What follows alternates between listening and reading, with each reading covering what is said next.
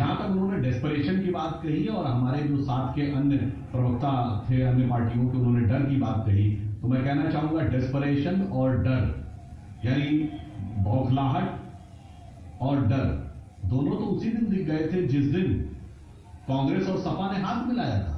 किसके डर से? यही तो कहा था ना, भाजपा को रोकने के लिए। यह डर तो उसी दिन दिख गया था जिस दिन मायावती जी ने मुख्तार अंसारी का हाथ थामा था। तो कौन डर रहा था और कौन डेस्परेट था, ये तो उत्तर प्रदेश की जनता पहले ही देख चुकी है। और जहां तक ये वाली बात है कि अभी नावेद साहब ने कहा था कि साहब अखिलेश यादव जी तो अकेले चले थे, उनके साथ काफिले घूमते गए, मैं तो मान रहा हूं कि हालात कुछ उल्टे हैं नावेद साहब। देखिए अखिलेश जी तो चले थे, पहले उनके मुंह बोले चाचा अलग हुए, फिर असली चाचा अलग हुए, फिर पापा भी अलग हो गए। उनके ऊपर तो वो वाली मिसल लागू होती है कि देखी जमाने की यारी बिछड़े सभी बारी बारी।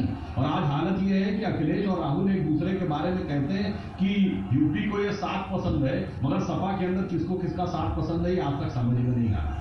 तो मैं इसलिए बहुत स्पष्ट कहना चाहता हूं कि उत्तर प्रदेश में डर वो था जिसमें 27 साल बेहाल कहने वाले रातों रात बेहाली को खुशहाली नजर आने लगी और लॉ एंड ऑर्डर यानी कानून व्यवस्था की स्वयंभू मसीहा मायावती जी को अपनी पार्टी की इज्जत बचाने के लिए या ताकत बचाने के लिए मुख्तार अंसारी की जरूरत पड़ गई। और इन सारी पार्टियों में सभी एक या दो वर्ग की बात करते हैं, कोई एम वाई कॉम्बिनेशन कहता, कोई डीएम कॉम्बिनेशन कहता।